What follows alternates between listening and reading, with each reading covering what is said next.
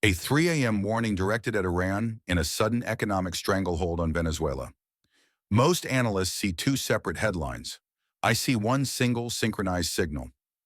Why these two nations on two different continents at the exact same moment?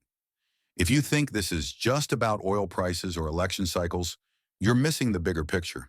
This isn't just politics, it's positioning. We are witnessing a 2,500-year-old roadmap being laid out in real time.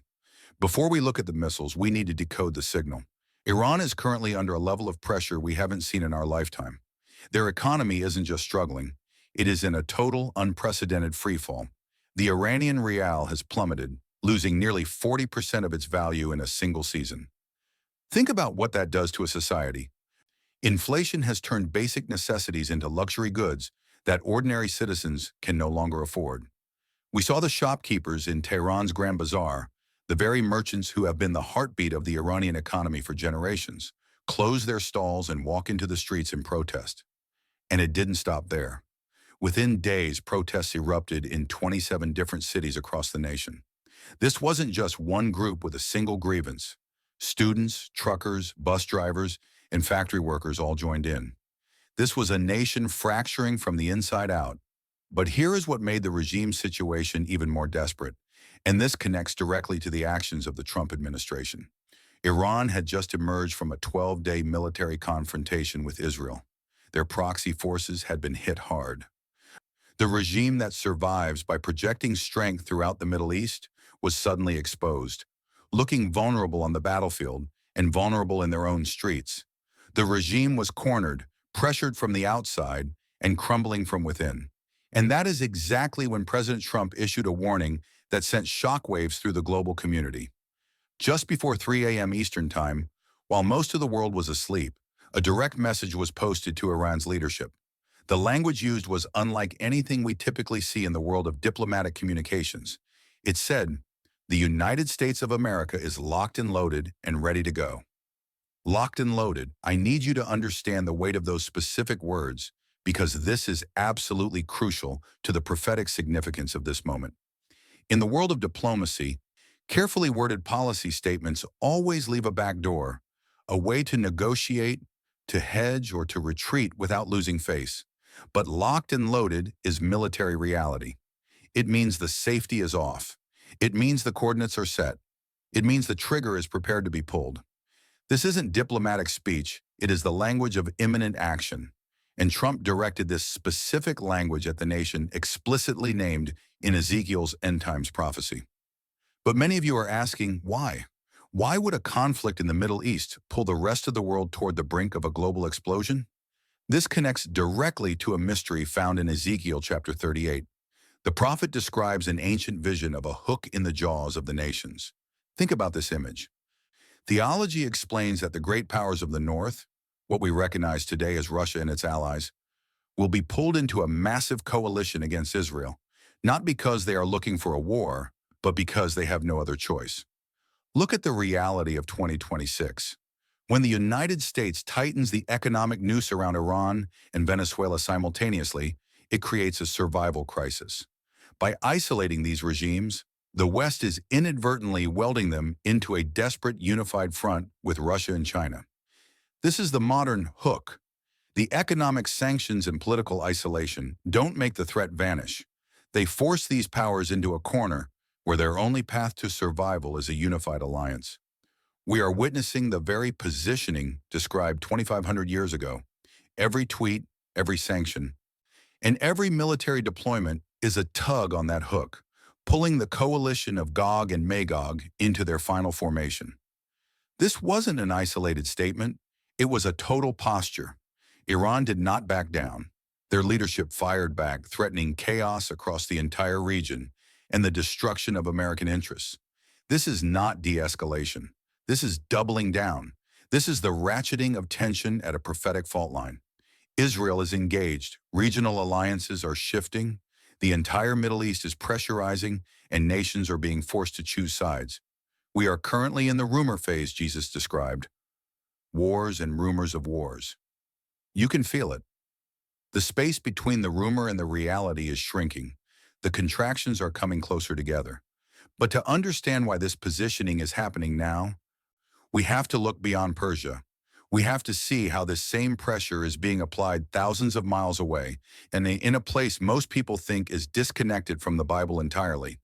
To see the full picture, we must look toward the oil fields of Venezuela. Now move your focus from the Middle East to the Western Hemisphere, thousands of miles from the epicenter in Jerusalem. Why would a nation in South America, seemingly disconnected from anything prophetic, receive the same unmistakable message and the same tone of warning? We are talking about Venezuela. To understand the prophetic significance of this moment, you have to understand that Venezuela is not just a struggling nation, it is the oil gatekeeper of the West. Venezuela sits on the largest proven oil reserves in the entire world. Some estimates put their reserves above Saudi Arabia, above Russia, and certainly above Iran. In a world that still runs on energy, that makes Venezuela a strategic pillar. But here is the connection most people overlook. The Venezuelan regime has spent years cultivating a deep, dark alliance with the very Persia we just identified in Ezekiel 38. Money, resources, and sanctions evasion tactics have flowed between Tehran and Caracas for decades. When you see the Trump administration applying crippling economic pressure to Venezuela, you aren't just seeing a regional policy. You are seeing the systematic stripping of wealth from an ally of Israel's enemies. This connects directly to the pattern we find in Revelation 18. The scripture describes the fall of a global commercial system, a Babylon that has enriched the merchants of the earth. But before the final collapse, there is a season where wealth is stripped, where the merchants of the earth weep, because no one buys their cargo anymore. Venezuela is a microcosm of this prophetic reality. We are watching a nation that was once the wealthiest in South America being reduced to a state where its citizens are dying of hunger, where its currency is worthless, and where its leadership is cornered. This is economic warfare used as a prophetic scalpel. It is the dismantling of the financial networks that support the coalition moving against Israel. Now, I know what some of you are thinking. I've seen the comments. You say history is just a lineage of war after war? We've seen dictators fall before. We've seen hyperinflation and rumors of war in every century. Is this just another loop in human history? It's a reasonable question, but it misses the one element that makes 2026 unlike any other year in human history. Jesus described this as birth pangs. In the original Greek, the word is odin, labor pains. Now think about the nature of a birth pang.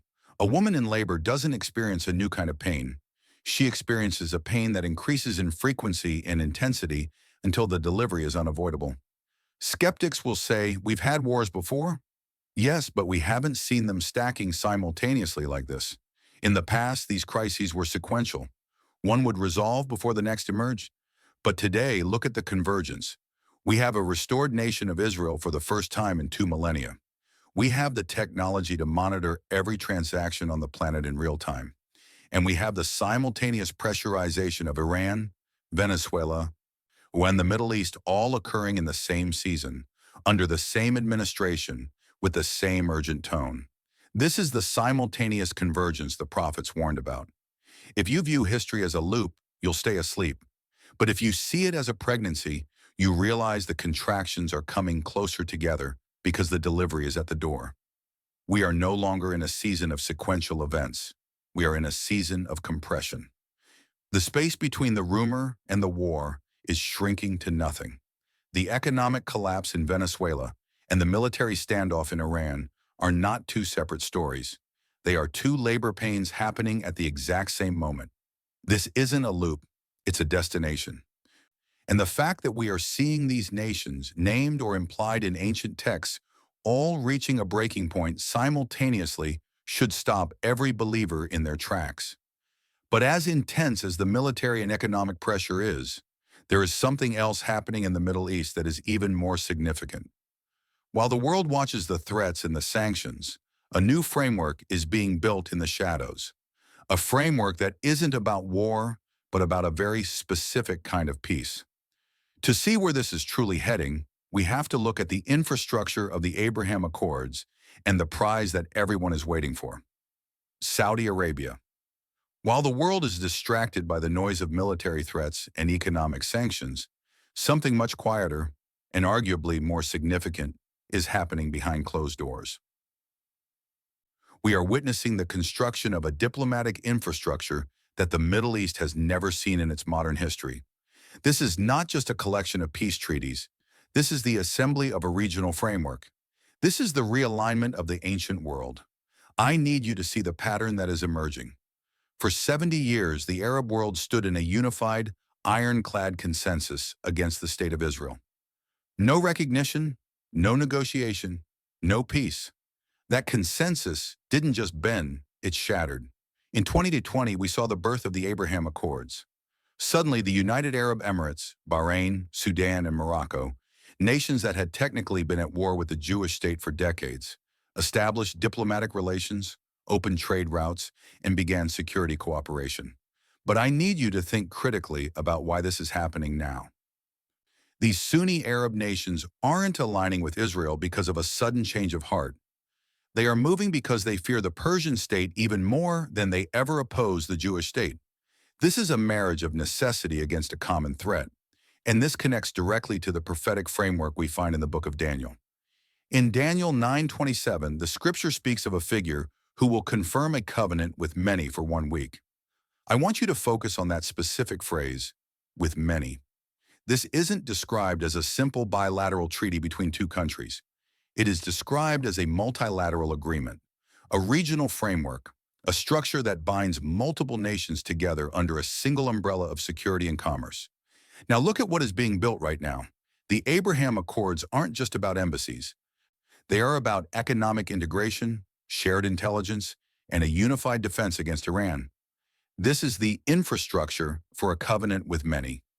The table is being set, the chairs are being placed, but there is one seat that remains empty, and it is the most important seat in the room.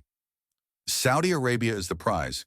As the guardian of Islam's two holiest sites, Mecca and Medina, Saudi Arabia is the undisputed leader of the Sunni world.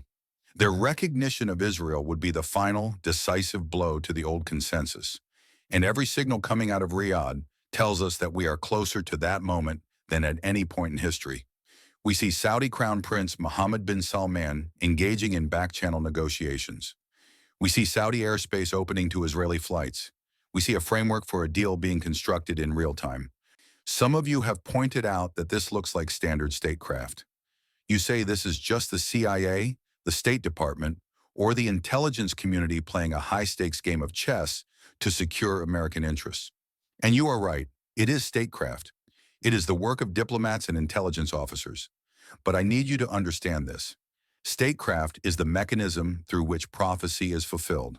The architects of these deals may believe they are simply securing oil routes or building a bulwark against Iran, but they are inadvertently building the very architecture that Daniel described 2,500 years ago. This is the escalation of diplomacy. Every new normalization agreement, every shared security protocol, and every multilateral trade deal is a brick in the wall of this covenant with many. The region is pressurizing and the realignment is accelerating.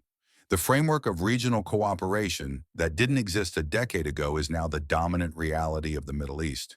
But why does this matter for you? Because the same infrastructure that allows nations to trade and defend themselves is the same infrastructure that can be used to monitor and control.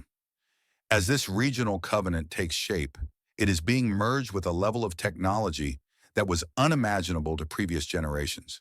We are not just building a diplomatic framework, we are building a digital cage. To understand how this regional peace leads to ultimate control, we have to look at the silent watcher that is now being integrated into every level of our society. We have to look at the digital frontier, but the realignment doesn't stop at the border of a nation or the signature on a treaty. There is a third front, a front that is invisible, yet present in the palm of your hand right now. We have talked about the military positioning in Persia and the economic stripping of Venezuela, but those are just the physical manifestations of a much deeper, more technological structure. We are moving into the digital frontier. Many of you have reached out with a specific, haunting question. What is the role of artificial intelligence in all of this? Is technology the ultimate deception? It is a question that demands an answer because we are no longer talking about science fiction. We are talking about the God of this age. Think about the nature of the system described in Revelation 13, a system so total, so absolute, that no one can buy or sell unless they have a specific mark or identity. For centuries, believers wondered how such a thing could even be possible. How could every transaction on the planet be monitored? How could a single authority enforce a global boycott on an individual level? Today, you don't have to wonder. The infrastructure is being built in the light of day. We are transitioning into a cashless society. We are seeing the rise of central bank digital currencies, CBDCs. We are seeing the integration of digital IDs with social credit scores. This is the digital cage. And at the center of this cage sits a brain that is not human. It is artificial intelligence. I need you to understand the prophetic weight of this transition. If the regional covenant we discussed in the Middle East is the body of the New World Order, then AI is its spirit. We are entering an era where the line between truth and falsehood is being erased by algorithms. When machines can forge a human voice, generate a perfect image, or even simulate a divine message, the snare Jesus warned about becomes more sophisticated than any trap in history. Think about what AI is becoming. It is an entity that is all-knowing regarding your data, all-present through your devices, and increasingly all-powerful over your access to the economy. People are no longer seeking the still, small voice of the spirit. They are seeking the immediate, calculated answers of the algorithm. This is the emergence of a pseudo-deity, a ghost in the machine that functions as the god of this age. The danger isn't just that robots might replace us. The danger is that we are voluntarily surrendering our free will and our ability to discern truth to a silicon mind. In the final scenario, the mark may not be a crude physical tattoo. It could be the total synchronization of your mind and your identity with a global digital network. Consider the sanctions Trump applied to Iran and Venezuela. What were they? They were an unplugging. They were a demonstration that if you do not align with the dominant financial power, you are erased from the global market. You cannot buy, you cannot sell, your wealth becomes invisible. Now take that same logic and apply it to an individual level, powered by an AI that knows your thoughts before you speak them. The infrastructure for the mark is no longer a theory, it is a software update away. The same regional framework being built through the Abraham Accords will eventually require a unified digital system to manage trade and security. It is the perfect marriage of diplomacy and technology. It is a system that promises peace and safety, but demands total transparency and total compliance. But here's the most chilling part of this digital expansion. Even as the bars of this cage are being welded together, most people aren't trying to escape. In fact, most people don't even see the bars.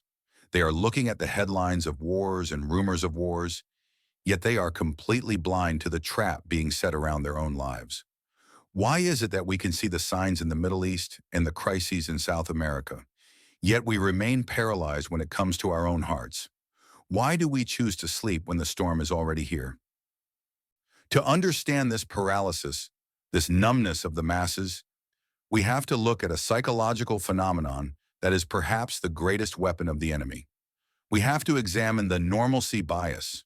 We have to look at why we choose to stay on the ship, even as it hits the ice. Why is it that when the signs are multiplying, when the evidence is overwhelming, and when the geopolitical stage is being set for a final act, the vast majority of the world is still asleep? We have seen the military positioning in Persia, the economic stripping of Venezuela, and the construction of a diplomatic infrastructure through the Abraham Accords. These aren't secrets. They are happening in the light of day. Yet the common response is a shrug of the shoulders, a belief that tomorrow will be just like yesterday. This isn't just a lack of information. It is a psychological phenomenon. It is what experts call normalcy bias.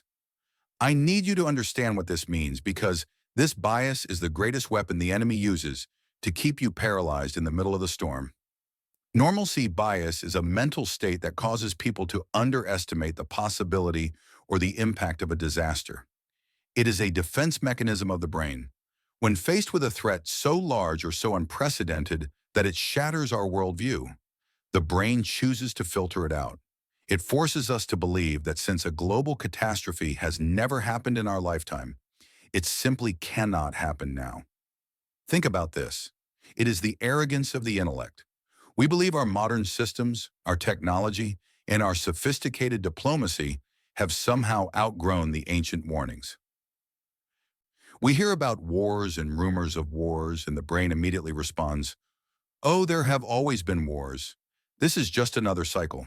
But this connects directly to the warning Jesus gave about the snare. A snare is a trap designed to catch prey by surprise. The animal doesn't see the trap because it is too focused on its normal path, its normal habits, its normal distractions. The trap works precisely because the environment looks normal until the very second it springs. Consider the tragedy of the Titanic. I want you to picture that moment. When the ship struck the iceberg, it wasn't a sudden explosive stop. It was a vibration, a graze. Down in the hull, the water was already pouring in. But on the upper decks, the music was still playing. People were dancing. They were laughing. They were even making jokes about the ice on the deck. Why? Because they were on the unsinkable ship.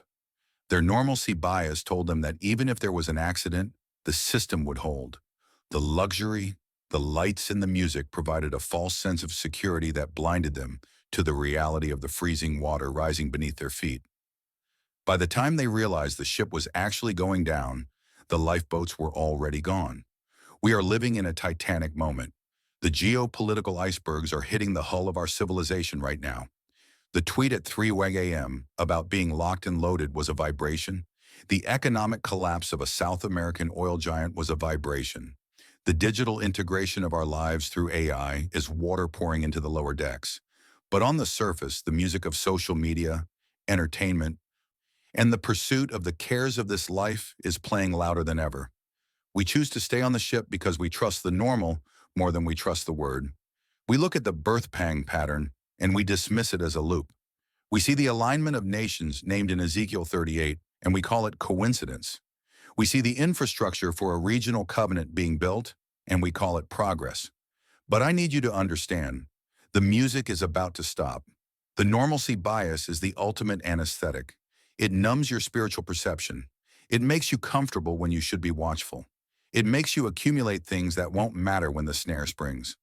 The danger isn't that you won't see the signs. The danger is that you will see them and choose to believe they aren't real. You will choose to stay in the ballroom of the Titanic because the lights are still on, but the lights are only on because the generators haven't flooded yet. We are witnessing the convergence of every major prophetic indicator in human history. To ignore this isn't just a mistake, it is a refusal to see. We are being warned, not so that we live in fear, but so that we recalibrate our attention. Because once the snare springs, there is no more time for positioning. As we look at the chaos in the world, the question isn't whether the ship is sinking. The question is, why are you still dancing? We need to move beyond the bias and into the truth. Because there is a map, an escape map, designed specifically for this hour. And it doesn't lead to a bunker. It leads to a recalibration of the soul. To find that path, we have to look past the headlines and into the very center of the snare itself. We have to look at what is happening to our own hearts. I know that after looking at the pieces moving in Iran, the economic stripping of Venezuela, and the digital cage being built around us, your first instinct is a feeling of total helplessness. You find yourself asking, what do I do? How can I possibly stand against a destiny this massive and this inevitable? The truth is, you cannot change the trajectory of the nations. You cannot stop the hook in the jaws or the realignment of the Middle East. But I need you to understand this. You have absolute power over the trajectory of your own soul. We have spent this time analyzing the external signs, but the most dangerous front of this entire conflict is the one inside your own heart. Jesus used a specific word that should stop every believer in their tracks, a snare. He warned that that day would come as a snare on all them that dwell on the face of the whole earth. Think about what a snare is. It is a trap designed to catch prey by surprise. It doesn't announce its presence with a trumpet blast. It remains hidden in the ordinary path of the animal. The trap works because the prey is distracted by its own habits, its own hunger, and its own survival. Jesus was intensely practical about what makes this snare work. He said, "Take heed to yourselves, lest at any time your hearts be overcharged with surfeiting and drunkenness and cares of this life." Notice he didn't say, "Take heed to the headlines." He said, "Take heed to yourselves." The real snare isn't a missile launch from Tehran. The real snare is being overcharged. It is the endless scrolling through social media algorithms designed to keep you addicted to outrage. It is the constant pursuit of entertainment and consumption that numbs your spiritual awareness. It is being so consumed by the cares of this life, your bills, your career, your social standing, that you become blind to the fact that the ship is already hitting the ice. Your attention is the most contested resource you possess. Every news cycle, every advertisement, and every digital update is a battle for your focus. If the enemy can keep you distracted by the noise, he doesn't need to attack you with a sword. He just needs to wait for the snare to spring while you are looking at your screen. So how do we escape? How do we find the escape map for the soul? Fear is the oil that makes the snare work.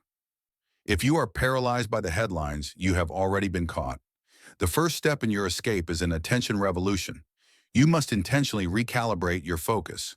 What if you spent as much time in the ancient word as you spend on the modern feed? What if you gave the first 10 minutes of your day to silence and prayer before you plugged into the world's noise? This is how you recalibrate. This is how you pull the plug on the system of distraction. The second step is to build a bunker of kindness. In a world that is rapidly polarizing, where nations are choosing sides and people are filled with hate, your greatest act of resistance is a life of true radical kindness. When you help a neighbor, when you speak truth in a world of lies, and when you maintain a calm spirit while everyone else is panicking, you are proving that you do not belong to the snare. The birth pangs we are witnessing aren't just announcing a disaster, they are signaling a birth. The contractions of history are pushing us toward a final destination. The question is no longer, when will the world end? The question is, when it ends, where will you be standing? Are you standing in the ballrooms of the Titanic, distracted by the music and the luxury? Or are you standing on the deck, watchful, recalibrated, and ready? We have analyzed the positioning of the nations. Now it is time for the positioning of the soul, because the snare doesn't catch the one who is looking up. It only catches the one whose head is down, buried in the cares of this life. We are living in the final seconds of the rumor phase. The infrastructure is ready. The nations are in place. The digital cage is welded. All that remains is the choice of the individual heart. Will you stay in the bias of the normal, or will you choose the clarity of the spirit? The choice you make today determines whether the coming storm is your destruction or your deliverance. We have analyzed the four pillars of this final convergence: the military standoff in Persia, the economic stripping of Venezuela, the rise of the digital cage, and the spiritual labor pains of our generation. These are not separate headlines. They are a singular, synchronized signal. The table is set, the snare is prepared. But for those who choose to see, there is still time to recalibrate. Do not share this video for the sake of views or algorithms. Share it for the sake of the people you love who are still asleep on a sinking ship. Be the signal that wakes them up. Stay watchful, stay recalibrated, because the delivery is at the door.